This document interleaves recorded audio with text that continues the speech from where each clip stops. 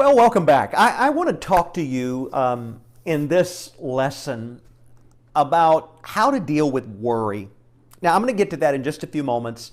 A couple of our little housekeeping items I always like to mention is please connect with us on our website, christianlifechurch.us. There's a lot of information there, and you can sign up for our newsletter. I send out a newsletter every week if you'd like to be a part of that. And then, of course, I always mention it because we never know when we have new viewers that want to contribute and give to this ministry. We appreciate you giving. And if you'd like to give a donation, of course, that goes to our church, Christian Life Church. That's not what we focus on in our ministry, but I always like to present it out there because sometimes people feel led to give and make a contribution. It goes to help our church. We have a beautiful church campus at 309 Lakeview Drive in Belgium, and we certainly appreciate anyone that decides they want to give. One other thing that is kind of new for us, we've also started text to give, and you can text this word give to this telephone number. You can do that right there on your smartphone. It's very, very simple. Once you text that word to that number, there is a prompt with very simple instructions. And so again, this is not the focus of our ministry, but I do want to mention it because sometimes, people feel led to give and make a contribution, and that goes to help support our church property, meet the needs there. So thank you in advance for that. Worry is obviously something that is taking its toll in our world today. Late last month, I read that a poll by the American Psychiatric Association noted that nearly half of Americans were very anxious about getting COVID-19. Close to 2/3 were concerned about a family member catching coronavirus. 2/3 of people also feared the long-lasting implications for our economy. And I'm sure this doesn't surprise you. All of us have noticed people that are worrying in our community and our families. But my question is, have you taken stock of your own worry? You're likely concerned about everything that I've mentioned: the economy, health, loved ones, family members, elderly or senior parents and loved ones. And of course, all of the needs for us in our church, all of the needs in our community. And all of this, guys, all of this can get very, very overwhelming. But before we can begin to kind of reach out and help other people, I believe we need to let God help us deal with our worry. Worry is something that plagues all of us, and worry won't help you. We know that. Jesus told us in Matthew 6:27, "Can any one of you by worrying add a single hour to their life?" Of course, the answer to that question of Jesus is no. You can't keep yourself from catching COVID-19 through worry. We can worry and worry and worry all day long, but it doesn't prevent us from catching coronavirus. It won't keep your family from getting sick and your loved ones from sick. It won't help us be able to keep our community together and our church together. Worry just makes our problems worse because you can't move a step closer to solving them. Worry cannot change your past. It cannot.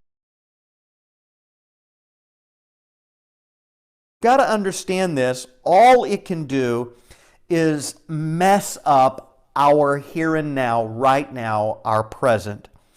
Proverbs 12:25 says, "Worry weighs a person down." That comes from the New Living Translation. You weren't made to endure worry. In fact, it wears you out more than just about anything else when you're plagued with worry. To effectively help people, in my case, to minister to people, I've got to be at my best. You've got to be at your best. Worry's not going to get any of us there. So how can we overcome worry during this very stressful season here in our society? Well, I think several things I want to give you. I want to give you 4 ways to deal with worry. And I'm just going to do this fairly quickly. But one way is let Jesus be your shepherd. Let Jesus be your shepherd. That's why we need to start every day by saying, the Lord is my shepherd. God, you're a good God. You're my shepherd. And we need to repeat that throughout the day, reminding ourselves, Lord, you're my shepherd. And if you start saying that phrase on a regular basis, I believe my worry is going to decrease because I'm reminding myself and you're reminding yourself that we have a good shepherd who cares for all of us when we're worrying and when we're going through things. So again, I think every day you ought to say, Lord, you're my shepherd. You are my shepherd. Jesus, you're my shepherd. You are going to guide me. Number 2, give Jesus control over every area of your life. Worry is kind of a warning light that you have an area that you haven't fully given over to God. When God is not number 1, you're going to worry in that area. When you love something more than you love God, it becomes a source of stress and anxiety in your life. Even good things like a marriage or like our children or like whatever, our jobs can become sources of worry if we give them number 1 place in our lives. If we put those things, if we put our family first place, we put our jobs first place, we put our children first place, guess what happens? They can become a source of worry. When anything becomes an idol in our lives, it creates worry and insecurity. So one way you can deal with worry is give the Lord control over all of the areas of your life. Number 3, relax.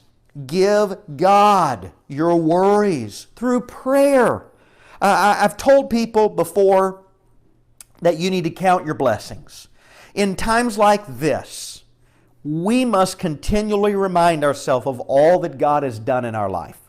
But I also think it's important to count your worries. Yes, we count our blessings, but count your worries. Often we just have a general sense of stress and anxiety, but we don't know what's causing that stress and anxiety. Well, before you can give God your worries, you need to have a clear idea of what those worries are. Once you've written down those worries, this is one of my worries, this is another one of my worries, well, guess what? You can hand those to God in prayer. So don't just count your blessings, count your worries and give them to God. Peter says, give all your worries and cares to God, for He cares about you. You were not designed, I was not designed to carry worries. It is unnatural. God is big enough and strong enough to handle all of our worries. So number 1, let Jesus be your shepherd. Number 2, give Jesus control over all of the areas of your life. Number 3, relax and give God worries in your prayers. And the last thing I want to give you in this short message is trust God one day at a time. Trust God for one day at a time.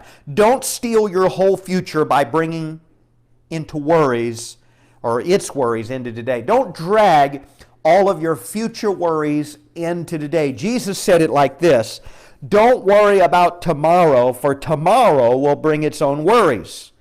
Today's trouble is enough for today. That's Matthew 6:34. You have enough on your plate today. Don't add something else to it. It's okay to plan for tomorrow. It's okay to plan for next month. It's okay to be planning for the future.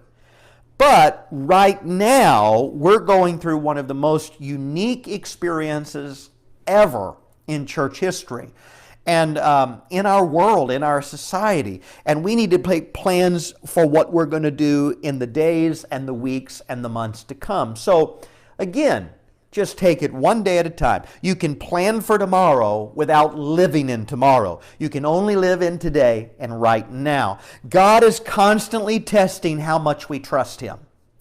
God wants us to decide whether He really holds first place in our lives. Before we can help other people and help our families understand all of this, we've got to be clear about it ourselves. So I want to just wrap up and say, this very unique period of history that we're living in, one of the biggest tests we're ever going to face is trusting God. God has promised in His Word that He would take care of us. God said, I'll take care of your needs. So I want to leave you with this question. Are you going to trust the Lord? Are you going to trust the Lord? Cast your cares upon God. He cares about you and your family. Don't worry. Don't give up. Trust the Lord. He's going to help us all get through this. God bless you is our prayer.